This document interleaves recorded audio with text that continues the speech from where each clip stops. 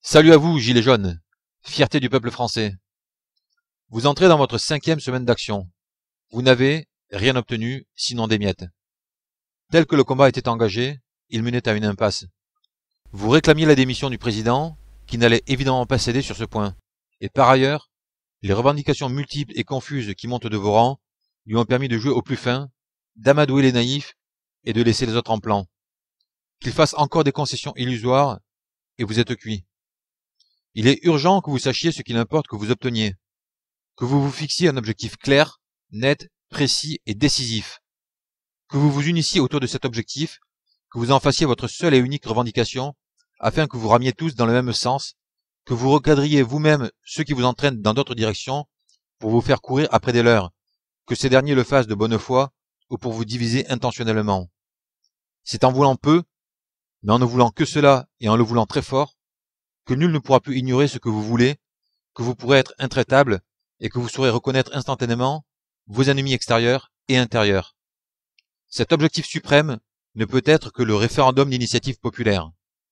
Vous êtes dans la rue précisément parce que vous n'avez aucun moyen de vous faire entendre et obéir en tant que peuple souverain.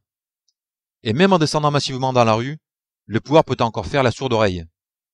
Vous êtes un peuple souverain dont la souveraineté a été confisquée par vos soi-disant représentants qui vivent mieux que vous, sur votre dos, et qui servent leurs intérêts, ceux de leur caste et ceux des ultra-riches. On vous vole votre argent parce qu'on vous a volé la démocratie. L'argent donne le pouvoir aux riches, le pouvoir sur les masses divisées. Mais quand les masses s'unissent, toutes les fictions s'évanouissent. Le moment où vous êtes fort est celui durant lequel vous pouvez et devez établir votre puissance.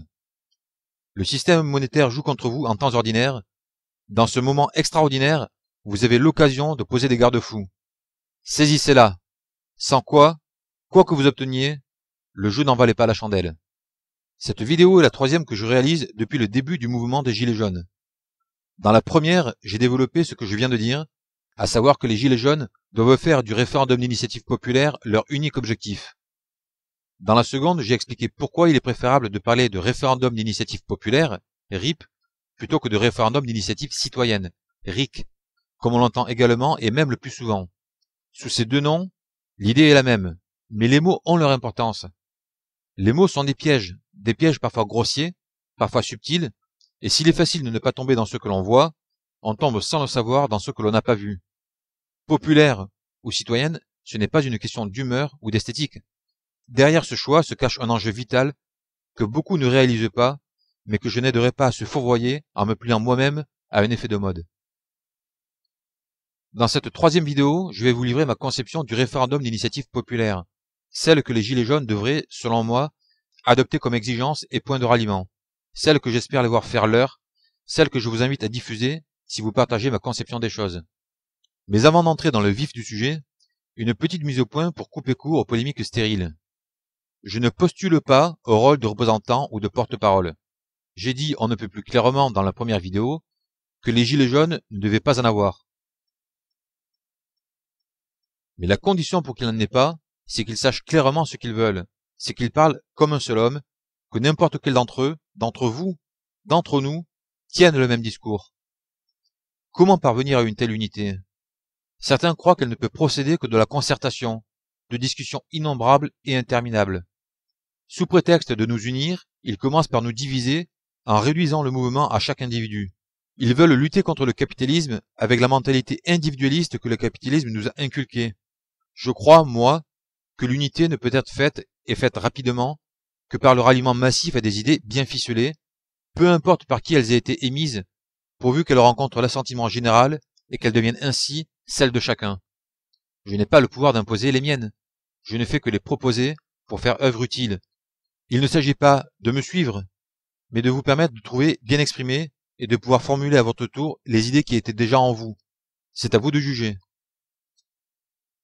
Voilà donc la plateforme que je propose, celle qui doit frapper les esprits, être dans tous les discours et sur toutes les banderoles. Pour rendre au peuple français la souveraineté qui est sienne, d'après la Déclaration des droits de l'homme et du citoyen et la Constitution même, les Gilets jaunes exigent l'instauration d'un vrai référendum d'initiative populaire. Des référendums pourront être provoqués sur n'importe quel sujet, dans n'importe quel domaine et dans n'importe quel sens, car le peuple est souverain. Ils seront provoqués automatiquement par toute pétition référendaire, en bonne et due forme, réunissant au moins 500 000 signatures de citoyens français, sans qu'aucun intermédiaire ne puisse s'y opposer, car le peuple est souverain. Les référendums auront lieu dans un délai de 6 mois maximum après le constat de la validité des pétitions, sans que rien ne puisse s'y opposer, car le peuple est souverain. Les résultats des référendums auront aussitôt force de loi, nonobstant toute disposition contraire, car le peuple est souverain. Toute entrave mise à ce processus, c'est-à-dire à la liberté de pétitionner pour les citoyens français, à la provocation et à l'organisation des référendums acquis, à l'application de leur verdict, sera considérée comme un crime envers le peuple souverain. Voilà ce que doit être, selon moi, un vrai référendum d'initiative populaire, le projet non négociable que chaque gilet jaune, chaque Français même, doit faire sien. Il peut donner lieu à des vignettes et des tracts encore plus directs, comme dans l'exemple suivant. Un seul but, une seule exigence, mais non négociable. Référendum d'initiative populaire. 500 000 signatures de citoyens français, n'importe quel sujet. Référendum 6 mois maximum après validation de la pétition. Résultat ayant force de loi, toute entrave punie pour crime de lèse-nation. Il n'y a de légitime et de constitutionnel que la volonté du peuple. Ou encore, nous voulons le référendum d'initiative populaire. Pas plus, pas moins. Le reste, on le décidera nous-mêmes. Je vous mets ces textes sous la vidéo pour que vous puissiez les copier-coller. Je suis d'avis que les Gilets jaunes s'en tiennent publiquement à ces quelques points. Il est cependant évident que la mise en œuvre concrète du référendum d'initiative populaire sera plus complexe et exige des précisions à chaque niveau, des précisions qu'il nous appartient d'apporter pour ne pas en laisser l'initiative aux saboteurs. Ce sera l'objet de la prochaine vidéo.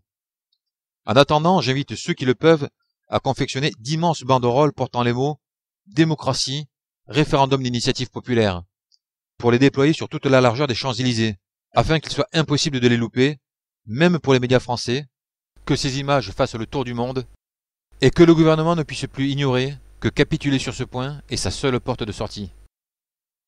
Rip rip rip, Hurrah!